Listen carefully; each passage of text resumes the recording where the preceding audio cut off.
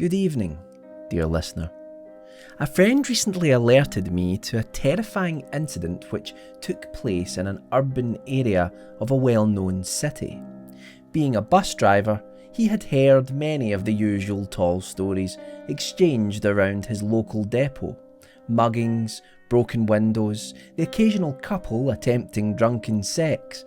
But some of the drivers had far more sinister and puzzling tales to tell. A few spoke of ghostly passengers who would pay their fare, take a seat on the upper deck, and then vanish without a trace. Those latter stories were of a kind which my friend enjoyed hearing, but never took seriously, considering them cheap entertainment shared amongst his co-workers, alleviating the tediousness of an empty depot at night. That was until a fellow driver told him about Ruby. When the story was relayed to me, I was so intrigued by the account that I took the time to contact all involved, piecing together what occurred as best I could.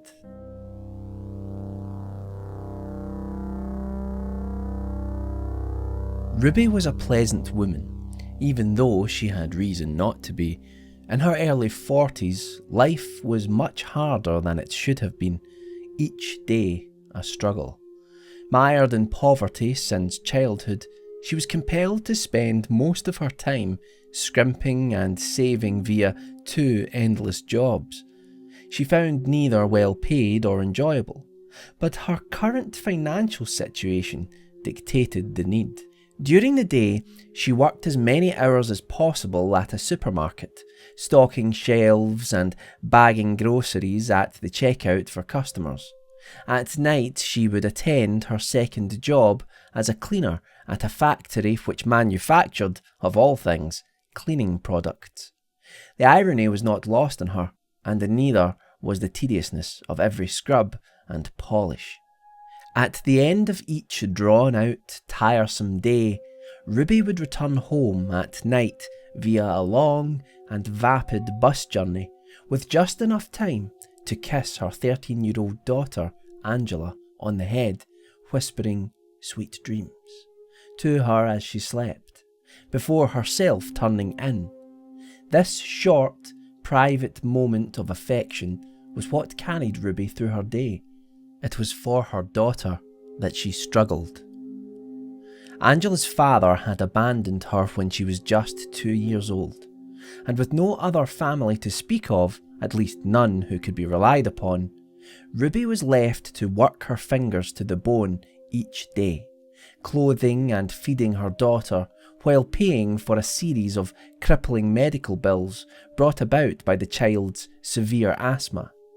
She, of course, did not grudge the situation, for her daughter's condition had improved markedly, and that sentiment meant more to her than any amount of work or hardship ever could.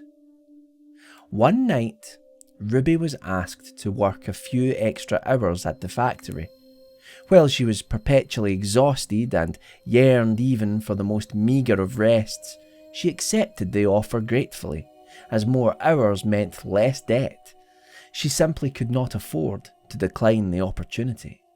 At 11:37 p.m, following the end of her shift, she stood at the nearest bus stop, illuminated by an overhead street lamp in the darkness. There she waited with heavy eyelids for the last bus of the night to arrive. Thankfully, the wait was not long, and soon the elongated vehicle cumbersomely inched up the road. On seeing the solitary figure of Ruby, the driver pulled in to the curb before stopping. With a push of a button, the bus sneered, opening its hydraulic doors with a hiss, welcoming her into its embrace.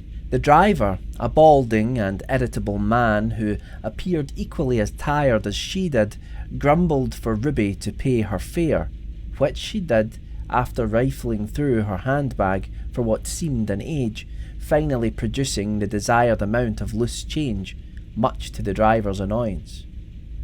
In a dazed lethargy, she wandered down the aisle, taking a seat next to a window at the back. As she prepared herself for the long, tedious route home, the vehicle shuddered back into life. The doors sealed shut before the bus pulled away from the pavement with all the enthusiasm of a drunk at last call.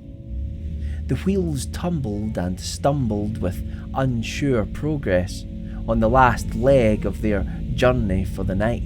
The engine growled, the vibrations climbing up the metal frame, rattling the windows slightly and causing the seat, which Ruby now slumped in, to quiver in response. The vehicle had seen better days and was clearly reaching the end of its life. The grime on the windows and floor a congealed reminder of the countless thousands who had sat in each seat, weary and thinking of home. Discarded gum stuck to a shoe, the murmured grievances of its passengers vented daily. Yet at night, the enclosed frame of rusting and neglected metal seemed almost serene in its apparent emptiness. With each turn of a corner, the bus juddered from side to side, and while the bright fluorescent lights which beamed down from sterile fittings in the ceiling above were enough to keep anyone awake, Ruby found that sleep still lay at the forefront of her mind. But for the driver, the vehicle lay empty, as best she could tell without climbing the coiled stairs to the upper deck, which remained obscured. As is quite common with exhausted commuters, Ruby lay her head against the vibrating window to her side and persuaded herself that it would be acceptable to rest her eyes for a moment. Just for a few minutes, enough to find some solace from the tiredness which forever haunted her. As the bus turned yet another corner, the soothing, shaking movements rocked its lonely passenger slowly, gently, and finally to sleep. How long her eyes had been closed, Ruby did not know, but as her conscious mind came back sharply into focus from its slumber, the concern of having missed her stop presented itself.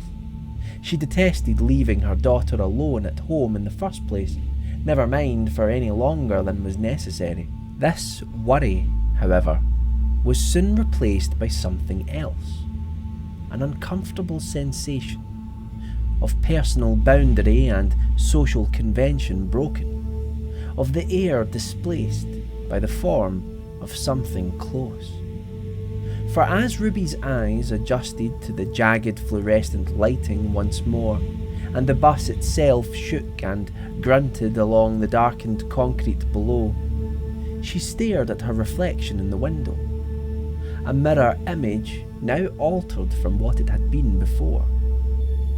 A chill crept up her spine as she viewed the appearance of her own overworked, sleep-deprived and worried features, alongside the strange impression of the person now sitting in the seat next to her. As the city lights flashed by from outside, Ruby stared at the window momentarily, then nonchalantly turned her head to look around, deliberately avoiding staring at the individual beside her, before returning to the cold reflections in the window.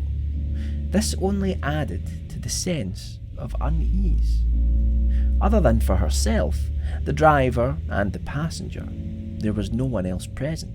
This was not unusual, as public transport was never that busy at night except during the weekends, the city quite happily asleep or readying itself for bed only to wake in the morning for work.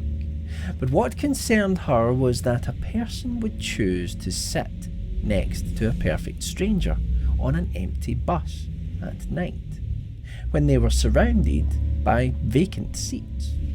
Not wishing to be rude, she continued to gaze at the reflection as the passenger's appearance captivated her attention, being unusual somehow. Head bowed as if staring at the ground, features obscured by the hood of a dark green jacket. This also added to the peculiarity of the individual, as it was a summer's night, and yet they were clothed as if for winter. For a little while they sat in silence, but as the bus continued on its journey, Ruby felt increasingly agitated, partly by the proximity of her unwelcome companion, but more so by an unknown factor.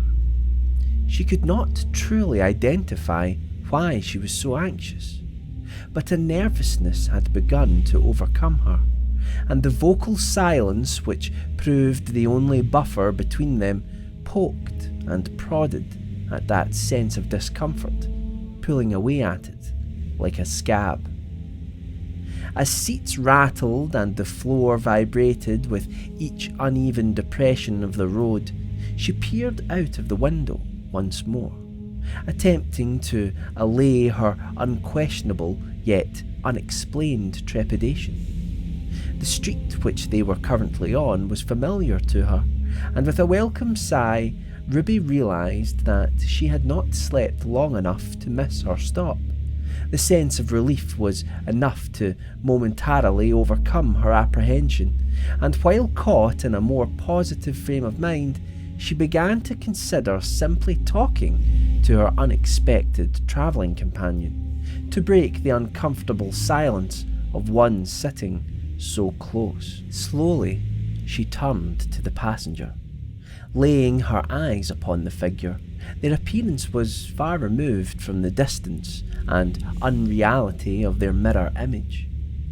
Immediately, Ruby felt frightened, as if staring at someone who should not be. The dark green jacket was dirtied and scuffed in places, accompanied by a musty smell. A blackened material swam around the rim of the hood where once a lighter colour had bathed, and it occurred to Ruby that she had not seen anything like it for many years. Made from waxed canvas, a raincoat in style yet seemingly untouched by water for some time. The passenger's gender was a mystery, as what could be made out of his or her features implied neither, yet both. With head still bowed, staring down at the ground, the tip of a nose could be seen, the impression of a chin given, yet nothing more. The silence became unbearable to Ruby, and with neither thought nor conviction, words simply jumped from her mouth. "It's getting a little cold in here," she said, half statement, the rest a question.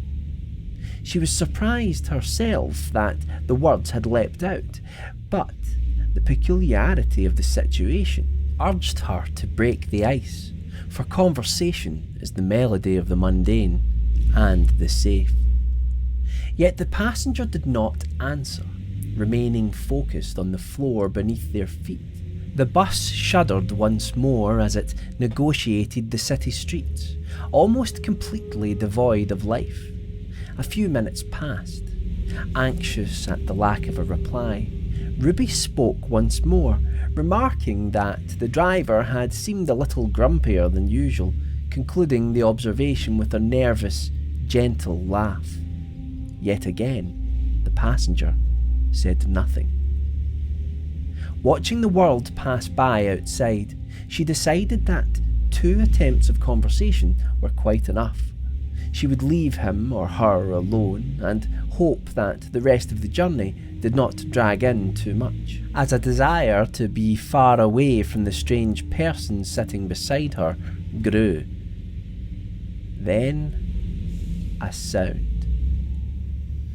An unnerving noise, one which crawled under the skin, of nail upon wood.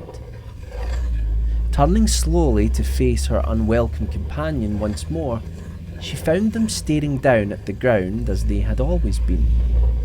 Yet the sound was coming from their seat, scratching, tearing. The passenger's hands were now poking through the gap between his or her own legs, dragging unkempt nails up and down against the wooden underneath which supported the cushioned material on which they sat, in a horrible, stuttering, jagged motion. The sound pierced air and eardrums alike, increasing in volume until Ruby, tired and now irritable, could no longer endure it. "Could you stop that, please?" she asked. Yet it continued. "Please stop that," Ruby demanded, this time in a forceful tone sharpened by exhaustion. The passenger ceased, and yet did not move, nor face her, nor even acknowledge her presence. Agitated, yet relieved in a sense, Ruby gazed out of the window once more, trying to extinguish the growing sense of annoyance which was now building inside. She took a deep breath and calmed herself with the knowledge that she would soon be home. Rummaging through her handbag, she found a half-eaten pack of mints and began to unravel them before popping one into her mouth. Looking up, what she now saw froze her to the core. The passenger's face peered out from behind her head, eyes deep and blackened, mouth deformed and skewed, gaping wide, captured hideously in the glass reflection. Ruby screamed at the sight of it. Shock turned to fear, and fear leapt to panic as she yelled and pleaded for the driver to help. The reflection leaned in as a rasp of cold breath climbed down the back of her neck. Body quivering in revulsion as the passenger placed a shriveled hand on her shoulder, two of the fingers long since removed at the knuckle. The touch was cold, and it awoke a sense of fear Ruby had never known.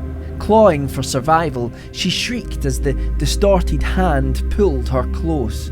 With effort steeped in terror, she tore away from the abhorrent grip, then leaped into the seat in front, scrambling over the aisle and falling to the ground, bashing her cheek against the floor.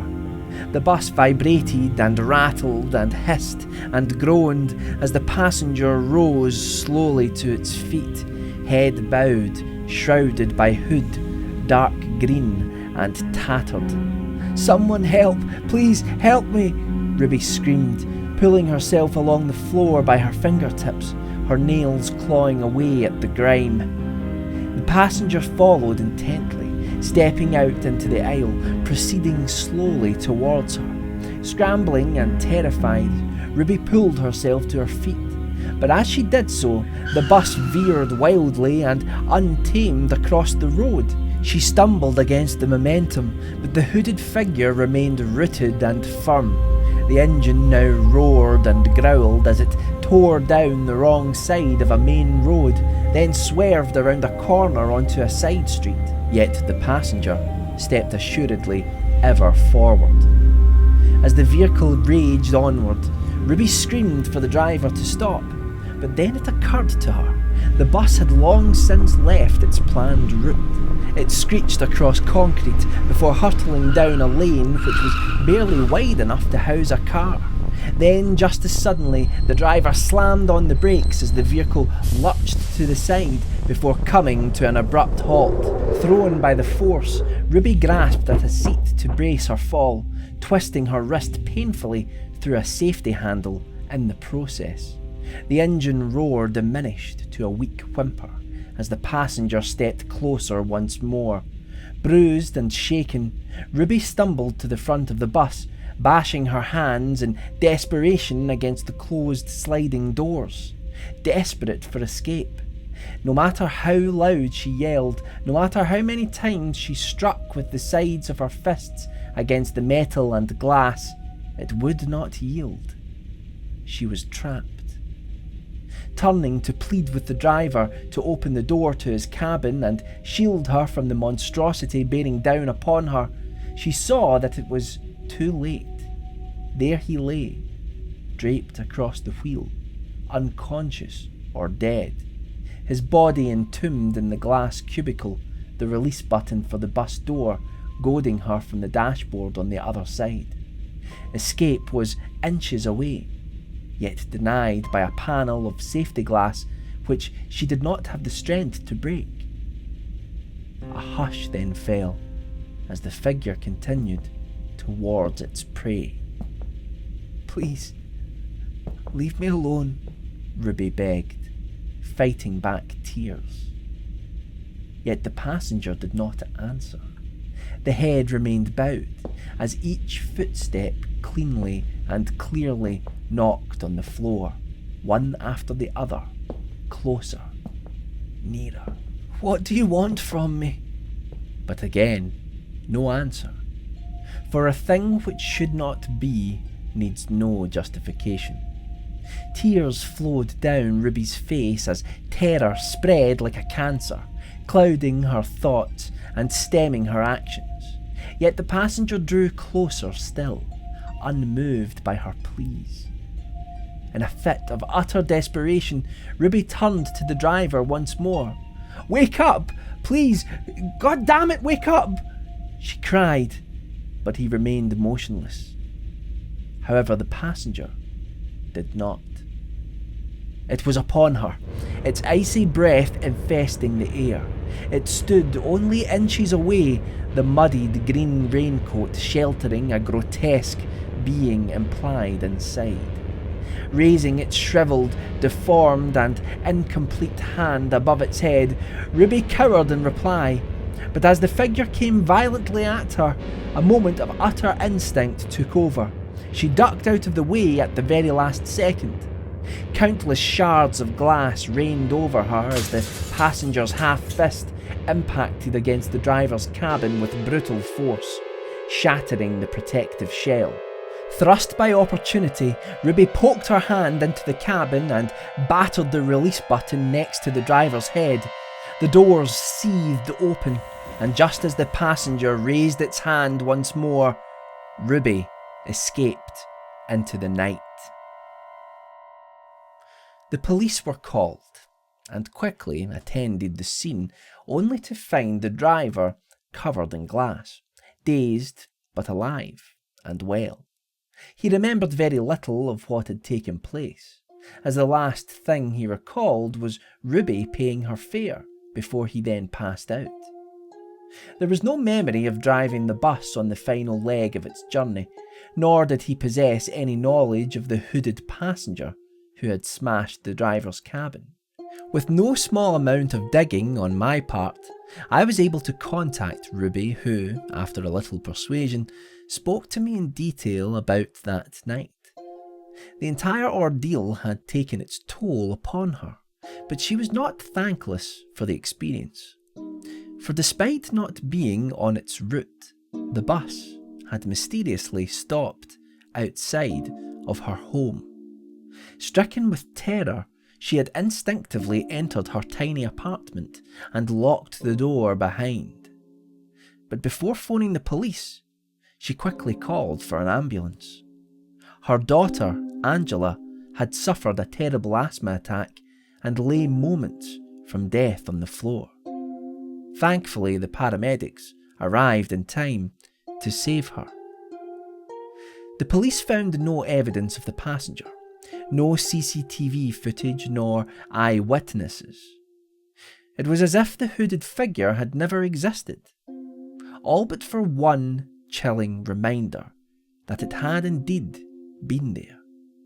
For at the seat where it had sat was a message, clawed into the wood underneath. 2 words, which simply read, "Not yet." In Ruby's mind, those words have haunted her more than any hooded figure ever could. For if not yet, when?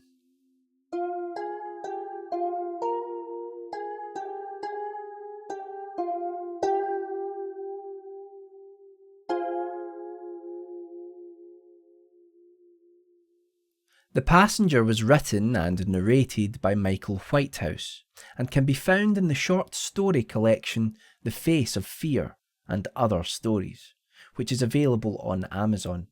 You'll find the link in the show notes below. If you'd like to request a story or contact us, email us at ghastlytales@gmail.com. For more original horror stories, audio plays, and films, subscribe to the Ghastly Tales YouTube channel and listen to all of our audio content for free via the Ghastly Tales Horror Show. Just click the links below and we'll take care of the scares.